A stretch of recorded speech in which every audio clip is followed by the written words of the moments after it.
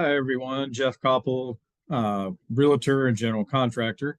And today I'm going to put on the general contractor hat.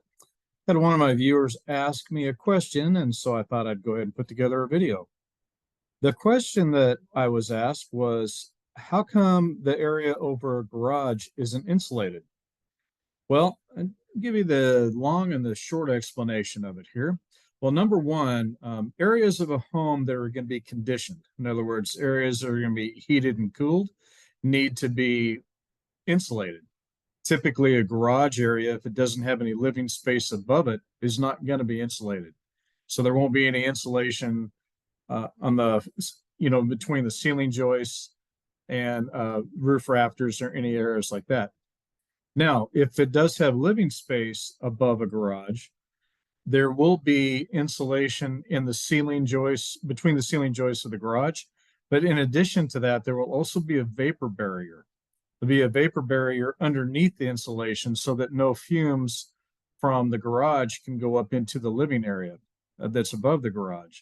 So it's really important that if you're planning to do an addition into your house, or if your home has had an addition, it's very important to make sure that there has been insulation and vapor barrier put basically in the ceiling of the garage, the flat ceiling of the garage, because that now is going to become the flooring area above for the living area. That's another concern as well. A lot of times the framing structure above a garage, since there's no living area above it, when the house, say a house is built with no living area above it, typically to save money, builder will use smaller dimension lumber to do the ceiling joists. In other words, maybe 2x6 or 2x8 material. Typically, the span for a living area would normally have at least 2x10 over a 20-foot span.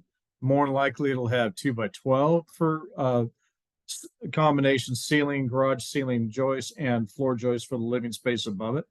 Or what a lot of builders do is they do an engineered I-beam, because engineered I-beams can actually carry a little bit more load over a longer distance. So again, if you have a garage, say a one-story home, or even a two-story home with no living area above the garage, typically the space above the garage is not going to be insulated because it's not heated or cooled.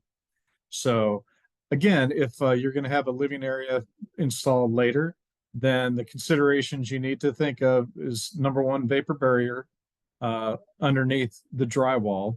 And then on top of the vapor barrier would be your insulation. On top of that would be your decking for your second floor living area, decking to accept the final flooring. So there's a lot of different things to consider when you're doing an addition to a home over an existing garage structure. There's even foundation issues to consider depending on how big your addition is going to be and what your current foundation is designed to hold. So lots of possible directions I could go with this question. There's many different areas that we can explore, I'm sure. I hope I've hit a few, not only why a garage isn't insulated, but also how to retrofit that if you're going to be doing an addition, adding electrical, anything like that. So hopefully this answered the question of why a garage isn't insulated. If you have any other questions, as always, I'm always up for creating a new video to answer your question.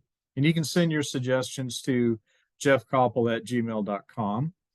And hope you guys got some useful information out of this video today. And again, I welcome any questions you might have, real estate related, as well as home improvement and general contractor related type questions. So thanks again for watching, and see you on the next one.